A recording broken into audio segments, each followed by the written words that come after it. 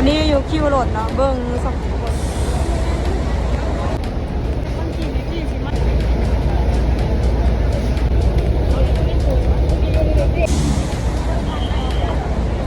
ตอนนี้รถกำลังเริ่มทยอยออกแล้ว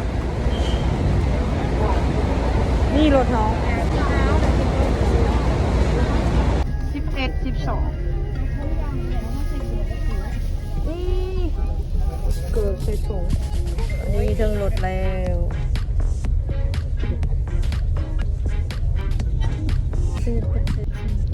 ก็จะมีน้ำให้กินตุกหนึ่งนี่รถกำลังออกแล้วนะ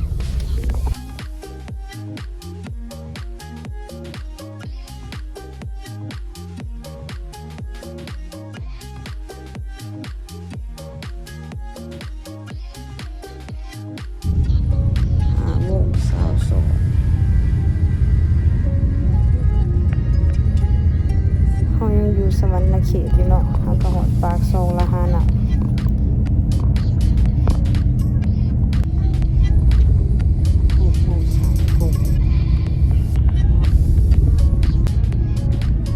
กำลังเข้าเขตเมืองละครเพ่งแขวงสารวัตร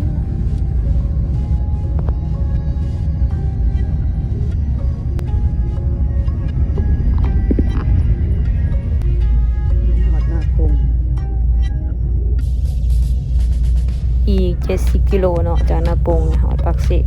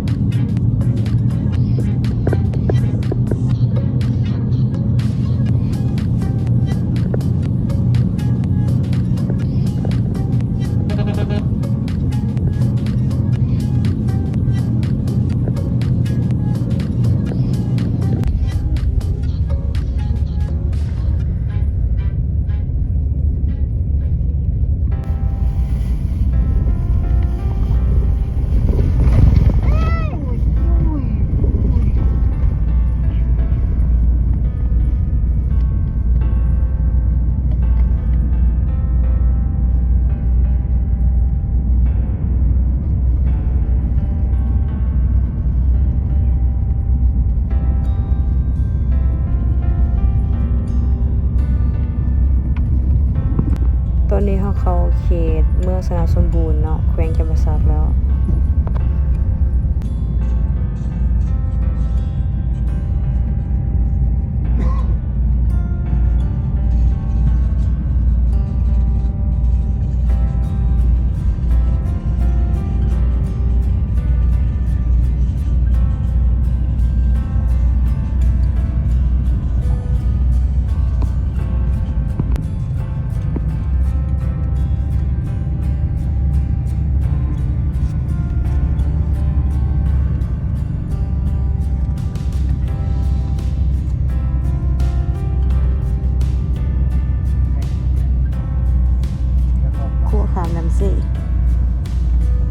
จะเฮ็ดใหม่แล้วก็เป็น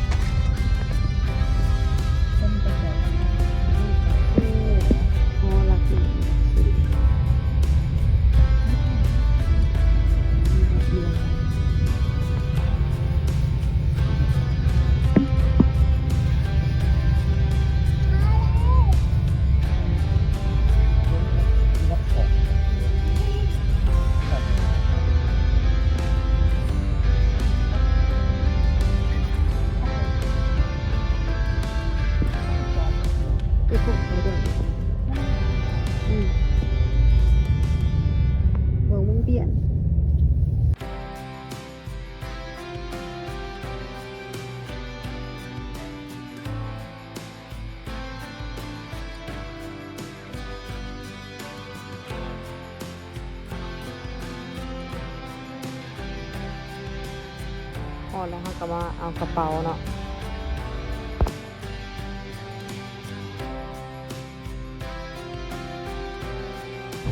ตอนนี้เขาอยู่คิวรถเนาะมีแต่ถาโพมาหับตอนนี้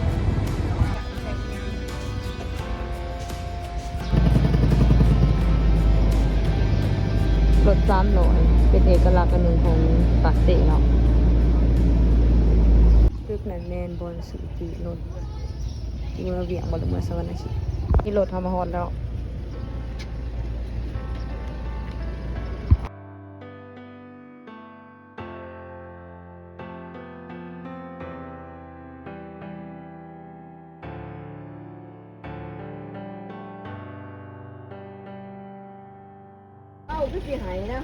สื่อเบะเอาไปกินสิไหม